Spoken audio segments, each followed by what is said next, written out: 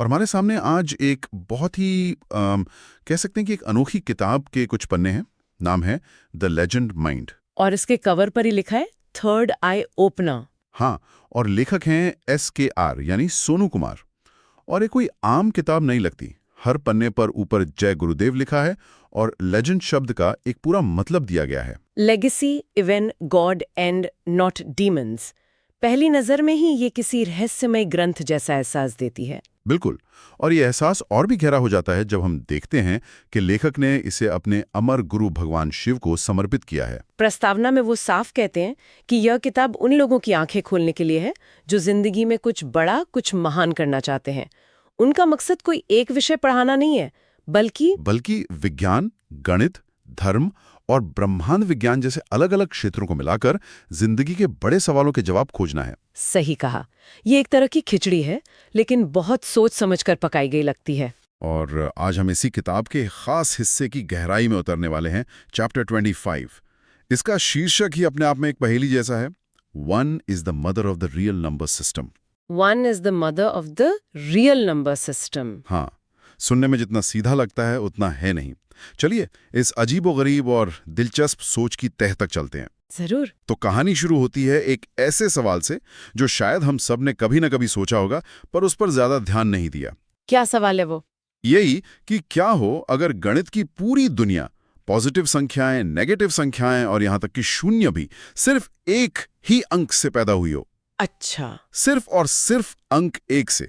ये किताब यही हैरान कर देने वाला दावा करती है। हाँ, और लेखक बात को घुमाते नहीं है। वो सीधे पूछते हैं कि क्या हमने कभी ये सोचा कि ये सारी संख्याएं आई कहाँ से? और फिर वो अपना सिद्धांत पेश करते हैं। इसे किसी गणितीय प्रमेय मतलब थ्योरम की तरह नहीं देखना चाहिए, है ना? बिल्कुल नहीं। ये एक दार्शनिक खोज ज्यादा है। वो कह रहे हैं कि जिसे हम वास्तविक संख्या प्रणाली या रियल नंबर सिस्टम कहते हैं, उसकी जड़ में सिर्फ एक है। और यहीं से ये पूरा विश्लेषण किसी फिल्म की तरह परत दर परत खुलता है। ठीक है, तो इसे जरा समझते हैं। ये किसी फिल्म के पहले सीन जैसा है।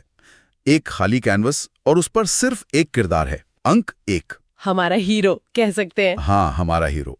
अब बाकी के किरदार यानी दूसरी संख्याएं कैसे आएंगी? लेखक इसे साबित करने के लिए एक चार्ट का इस्तेमाल करते हैं, जिसे उन्होंने दो परिवारों में बांटा है। पहला परिवार है जोड़ और घटाव का। हाँ, और जोड़ वाला हिस्सा तो बहुत सीधा है, 1 + 1 = 2। फिर उसमें एक और 1 जोड़ा तो 1 + 1 + 1 = 3, और इसी तरह गिनती आगे बढ़ती जाती है। ये सृजन का पहला चरण है। जैसे एक कोशिका से 2, 2 से 4 बनती हैं।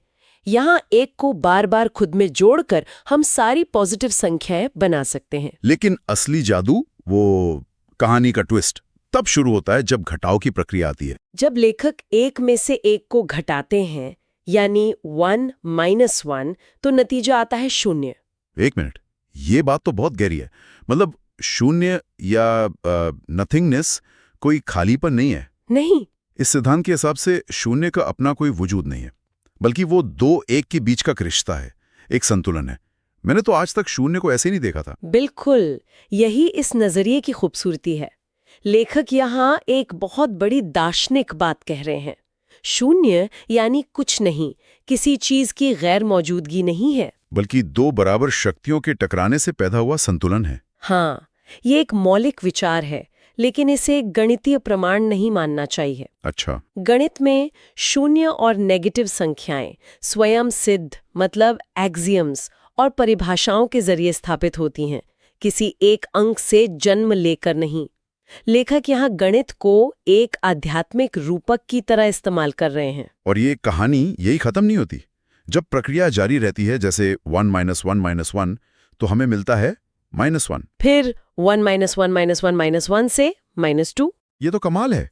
मतलब सिर्फ एक का इस्तेमाल करके और जोड़ घटाव के दो आसान से नियमों से लेखक ने पूरी संख्या रेखा, नंबर लाइन बना दी। हाँ, बीच में शून्य, एक तरफ सारी पॉजिटिव संख्याएं और दूसरी तरफ सारी नेगेटिव संख्याएं। सब कुछ सिर्फ एक से बना। सही कहा।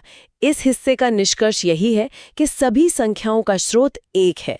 अस्तित्व की शुरुआत मतलब पॉजिटिव संख्याएं और शून्यता यानी 0 दोनों एक ही स्रोत से आते हैं। ये तो कुछ द्वैत और अद्वैत के दर्शन जैसा लग रहा है। बिल्कुल, जहां दुनिया में दिखने वाली हर अलग चीज असल में एक ही परम सत्य का रूप होती है।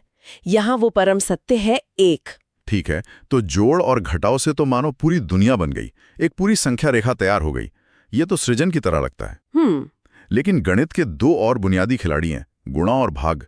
क्या वो भी कुछ नया बनाते हैं? कहानी में उनका क्या रोल है? ये एक बहुत अच्छा सवाल है और यहीं पर कहानी में एक दिलचस्प मोड़ आता है। अच्छा। लेखक अब दूसरे परिवार की बात करते हैं, गुणा और भाग का परिवार। और यहाँ जो होता है वो पहले परिवार से बिल्कुल उल्टा है। उल्टा मतलब? जब आप एक को एक से कितनी भी बार गुणा करें, 1 into 1 into 1, नतीजा क्या होगा? हमेशा एक ही रहेगा, कुछ भी नया नहीं बनेगा। और भाग के साथ भी यही होता है। 1 divided by 1 divided by 1 का नतीजा भी हमेशा एक ही होता है। तो अब यहाँ एक पहेली खड़ी हो जाती है। अगर इन दोनों प्रक्रियाओं से कोई नई संख्या बनी नहीं रही, तो इनका मकसद क्या है? ये क्यों मौजूद है? हाँ, सही सवाल है। मतलब लेखक इन्हें अलग परिवार क्यों कह रहे हैं? अगर ये कुछ कर ही नहीं रहे, तो इनका क्या मतलब? ये तो कहानी में एक ठहराव जैसा लगता है। इसका जवाब लेखक एक बहुत खूबसूरत रूपक के जरिए देते हैं। बताइए। वो कहते हैं कि अंक एक पिता की तरह है जिसके 2 बेटे हैं। पिता और बेटे गणित में? हाँ, पहला बेटा गुणा ऑपरेशन परिवार से है और दूसरा भाग ऑपरेशन परिवार से। और इन दोनों बेटों की खासियत ये है कि वो हमेशा अपने पिता के स्वरूप को, उसकी पहचान को बनाए रखते हैं। वो कभी बदलते नहीं, हमेशा एक ही रहते हैं। एग्जैक्टली। अच्छा, तो ये सृजन के बारे में नहीं बल्कि संरक्षण के बारे में है। मतलब जोड़ और घटाव का परिवार दुनिया को फैलाता है, नई नई संख्याएं बनाता है, और गुणा और भाग का परिवार उस मूल स्रोत को, उस एक को सुरक्षित रखता है, उसे बदलने नहीं देता। एक बल विस्तार का है और दूसरा स्थिरता का। क्या बात है! आपने बिल्कुल सही पकड़ा। अगर हम इसे बड़ी तस्वीर में देखें तो ये एक शानदार विचार है।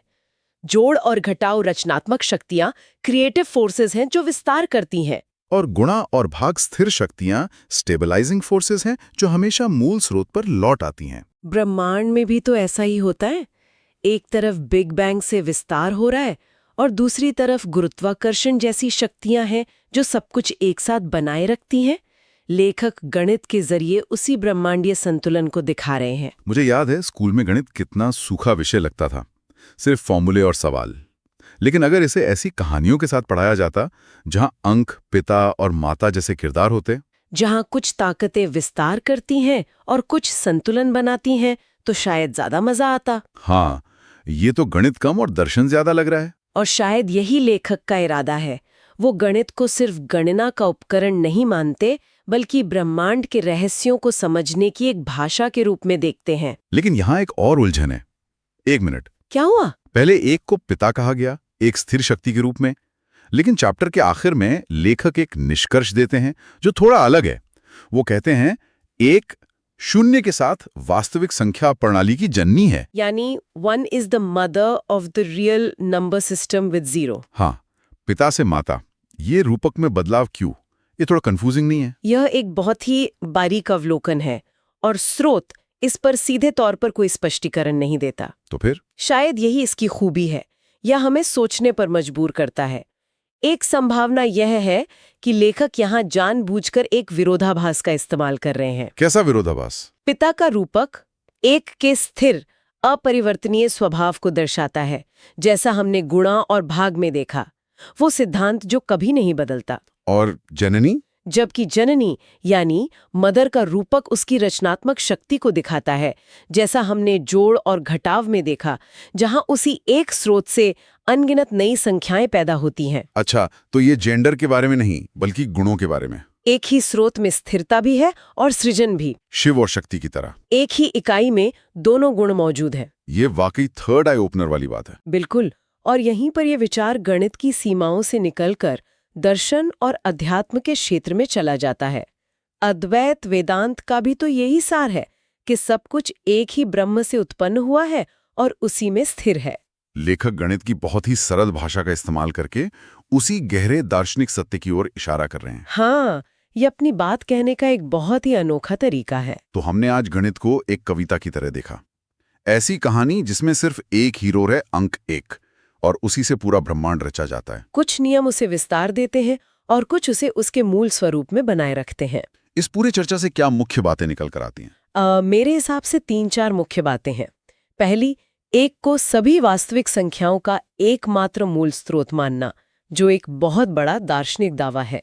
दूसरा, दूसरी, जोड़ और घटाव को सृजन और विस्तार की प्रक्रिया के रूप में देखना।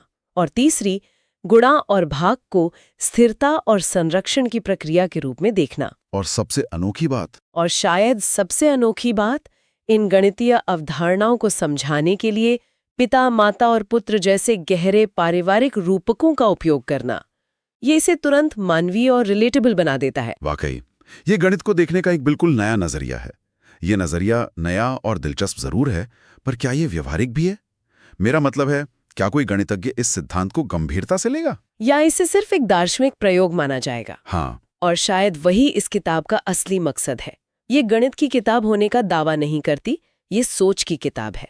अच्छा, लेखक एक गणितज्ञ की तरह कोई प्रमेय साबित नहीं कर रहे हैं, बल्कि एक खोजी की तरह एक पैटर्न दिखा रहे हैं। वो कह रहे हैं, देखो, मैंने गणित में ये पैटर्न देखा है जहां एक से सब कुछ बनता है। क्या यही पैटर्न ब्रह्मांड, धर्म और हमारे अपने जीवन में भी मौजूद है? ये हमें एक अंतिम विचार के साथ छोड़ जाता है। बिल्कुल। अगर इस अध्याय के अनुसार एक ही संख्याओं की जननी है, तो एकता या अद्वैत, वननेस की इस धारणा का उन दूसरे विषयों पर क्या असर हो सकता है जिनका लेखक जिक्र करते हैं? जैसे ब्रह्मांड विज्ञान या धर्म। क्या ब्रह्मांड भी किसी एक ही स्रोत से बना है? क्या सभी धर्म एक ही सत्य की ओर इशारा करते हैं? लेखक ने जवाब नहीं दिए हैं, उन्होंने बस एक नक्शा बनाकर हमें खुद खोज करने के लिए छोड़ दिया है। और शायद किसी भी थर्ड आई ओपनर का असली कार्य ही होता है, जवाब देना नहीं, बल्कि सही सवाल पूछने के लिए उकसाना।